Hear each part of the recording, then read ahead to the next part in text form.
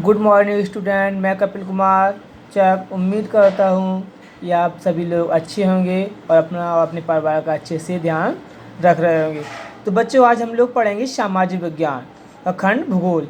इसका मैंने आपको क्वेश्चन आंसर भी भेज दिए हैं और इस चैप्टर का PDF भी मैंने भेज दिया है। उम्मीद करता हूँ कि आप लोगों ने उसे अच्छे से पढ़ लिया होगा और उसका रिवीजन कर लिया होगा।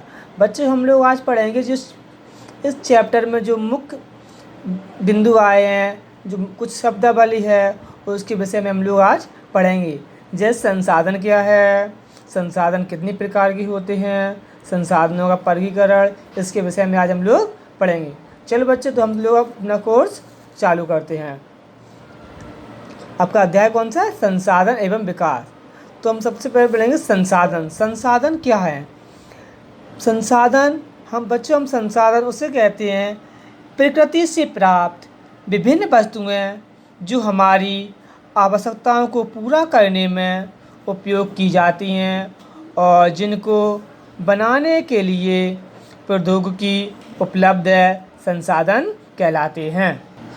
तो बच्चों, हम दूसरे शब्दों में भी कह सकते हैं कि संसाधन क्या है? हमारे पर्यावरण में उपलब्ध प्रत्येक वस्तु जो हमारी आवश्यकताओं को पूरा करने में उपयोग की जाती है या की जा सकती है और जिनको बनाने के लिए प्रौद्योगिकी अर्थात टेक्नोलॉजी उपलब्ध है और जो आर्थिक रूप से संभाव्य और सांस्कृतिक रूप से मान्य है, वह संसाधन है। जो भी वस्तुएं हैं इसमें हमारे पर्यावरण में जो भी वस्तुएं हैं जो हमारी आवश्यकताओं की पूर्ति कर सकती हैं, वह क्या है? संसाधन। तो बच्चों, आप लोग समझ गए होंगे संसाधन किसे कहते हैं।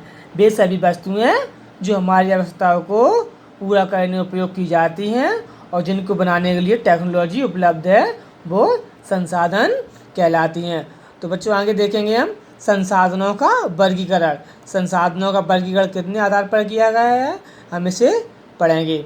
संसाधनों का वर्गीकरण 4 आधार पर किया गया है। नंबर 1 है आपका उत्पत्ति के आधार पर, दूसरा है समाप्यता के आधार पर, और तीसरा होता है आपका स्वामित्व के आधार पर, और चौथा है विकास के स्तर के आधार पर।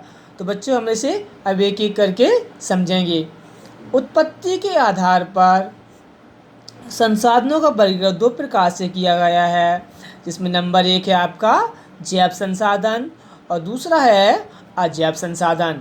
इसी प्रकार समाप्यता के आधार पर भी संसाधनों का वर्गीकरण 2 प्रकार से किया गया है, जिसमें नंबर 1 है नवीनीकरण योग्य संसाधन और दूसरा है आपका अनवीनीकरण योग्य संसाधन। इसे बच्चों मांगे अभी एक एक करके समझेंगे। पहले यहाँ पर हम इसे पढ़ लेते हैं। और नंबर तीसरा आपका है क्या? स्वामित्व के आधार पर वर्गीकरण। इसमें भी संसाधनों को 3 आधार पर विभाजित किया गया है। नंबर 1 है आपका व्यक्तिगत संसाधन और दूसरा आता है आपका सामुदायिक संसाधन और तीसरा है आपका राष्ट्रीय संसाधन। सॉरी बच्चों, इसमें 4 हैं। चौथा है आपका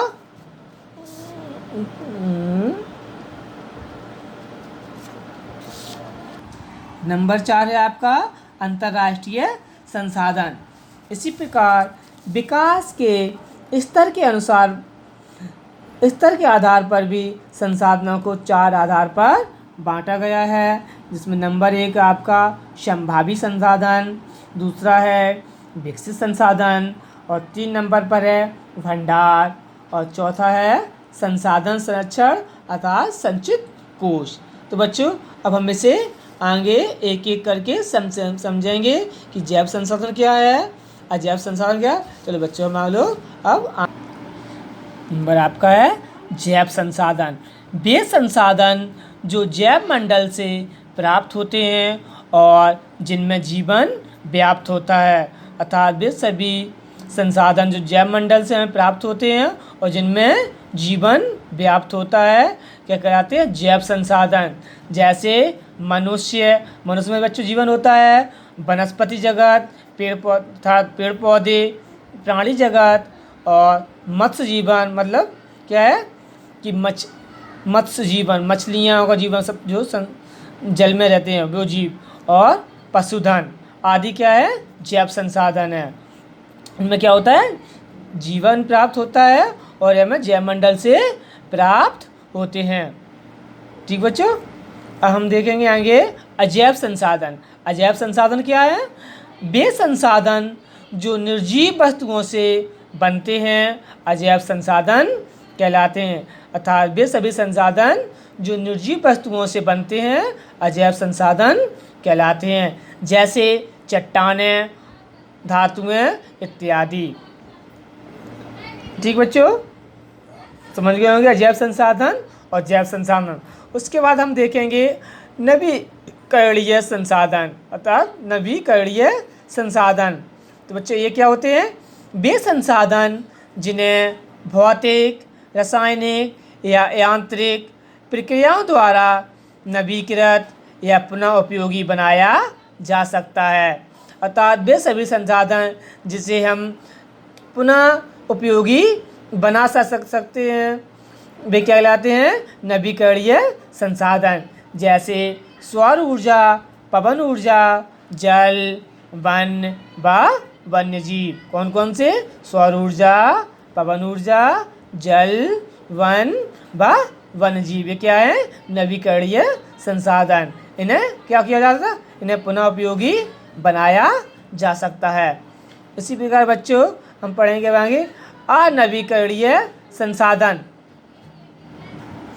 अनवीकरणीय संसाधन वे संसाधन जो एक बार प्रयोग करने पर समाप्त हो जाते हैं वे क्या कहलाते हैं, वे अनवीकरणीय संसाधन कहलाते हैं। अर्थात वे सभी संसाधन जिनका प्रयोग हम एक बार कर लेते हैं वह पुनः प्रयोग में नहीं लाए जा सकते हैं, वो हमारे क्या कहलाएंगे, अनवीकरणीय संसाधन।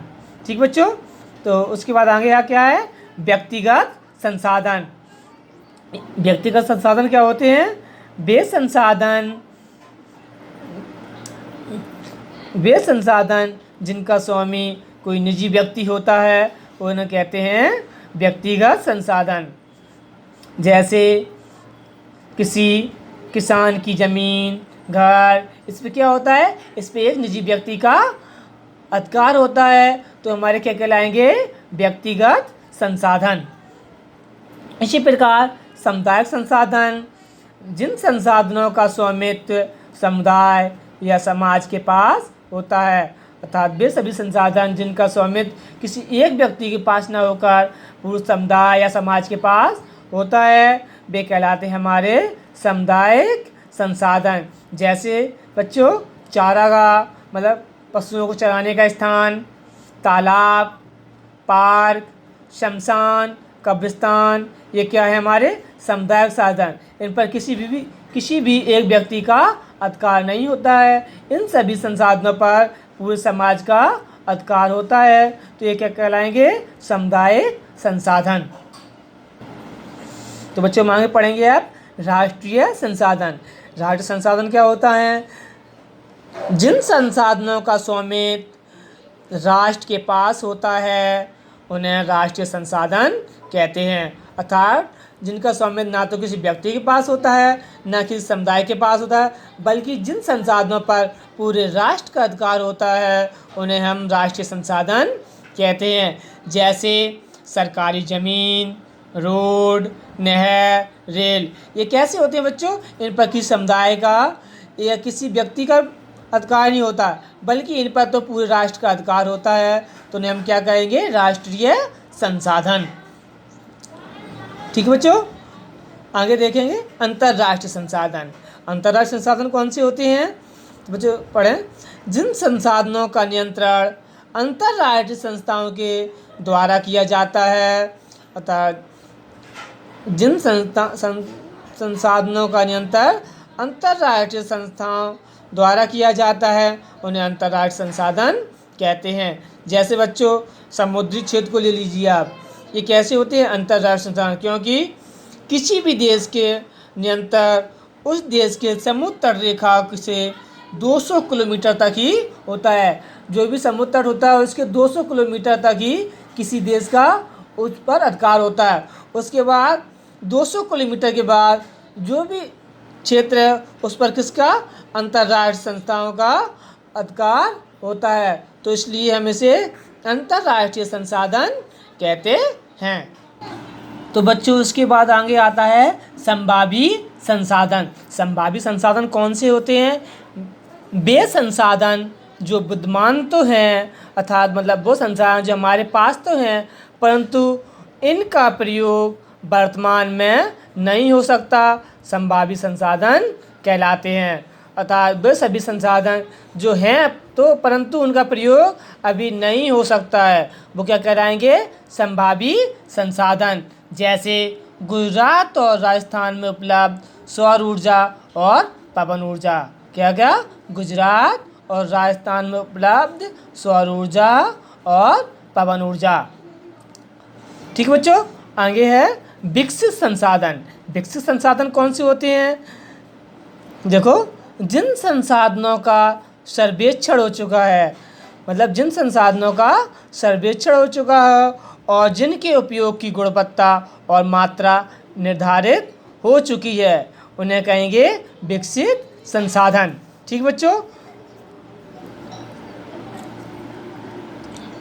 आगे क्या है आपका? भंडार। भंडार किसे कहते हैं?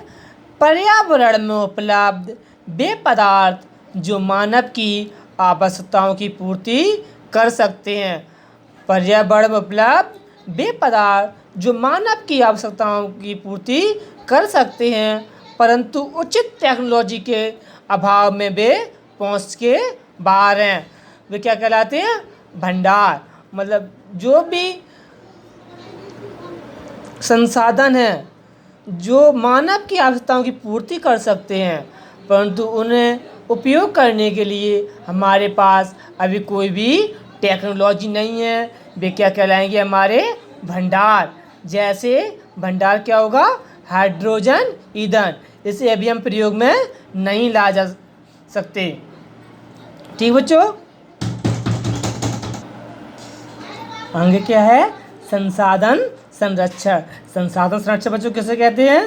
संसाधनों का न्याय संगत और योजनाबद्ध प्रयोग जिनसे संसाधन व्यर्थ न जाए। अर्थात कोई भी संसाधन उसका इस प्रकार से प्रयोग किया जाए जिससे वो आगे भविष्य में व्यर्थ ना हो, वे क्या कहलाएंगे? संसाधन संरक्षण। ठीक बच्चों, ये हो गए आपके संसाधन। इसके बाद हम लोग देखेंगे विकास। विकास क्या है? संयुक्त राष्ट्र संघ के अनुसार विकास का तात्पर्य है सामाजिक व्यवस्था, सामाजिक संरचना, संस्थाओं, सेवाओं की बढ़ती क्षमता जो संसाधनों का उपयोग इस प्रकार से करे ताकि जीवन स्तर में अनुकूल परिवर्तन आए। मतलब जो भी सामाजिक व्यवस्था है, सामाजिक संरचना है, संस्थाओं, सेवाओं की बढ़ती क्षमता है, उसका इस प्रकार से प्रयोग किया जाए जिससे मानव के जीवन में अनुकूल परिवर्तन आ जाए, वो क्या कहलाएगा? हमारा विकास। जी बच्चों, इसमें एक और आता है आपका एजेंडा 21। एजेंडा 21 क्या है? एजेंडा 21 एक घोषणा है जो सन 1992 ईस्वी में संयुक्त राष्ट्र संघ का पर्यावरण एवं विकास के मुद्दे पर केंद्रित एक सम्मेलन जो ब्राज़ील के एक शहर रियो डी जेनेरो में हुआ था। इस सम्मेलन को पृथ्वी सम्मेलन के नाम से भी जाना जाता है। इसमें 178 देशों के प्रतिनिधियों, हजारों स्वयंसेवी संगठनों और अनेक बहुराष्ट्रीय नियमों ने भाग लिया था। यह कहा था एक घोषणा पत्र था जो राष्ट्र संघ का पर्यावरण एवं विकास के मुद्दे पर केंद्रित एक सम्मेलन था जो ब्राज़ील के शहर रियो डी जेनेरो में हुआ था। ऐसे ही पृथ्वी सम्मेलन के नाम से जाना जाता था और इसमें 178 देशों के प्रतिनिधियों, हजारों स्वयंसेवी संगठनों और अनेक बहुराष्ट्रीय नियमों ने भाग लिया था। ठीक बच्चों, तो आज के लिए हम इतना ही पढ़ेंगे। कल हम लोग फिर इसी चैप्टर को आगे पढ़ेंगे। ठीक बच्चों, तब तक आप लोग इसे भी अच्छे तैयार कीजिए और अच्छे से पढ़िए। धन्यवाद, नमस्ते।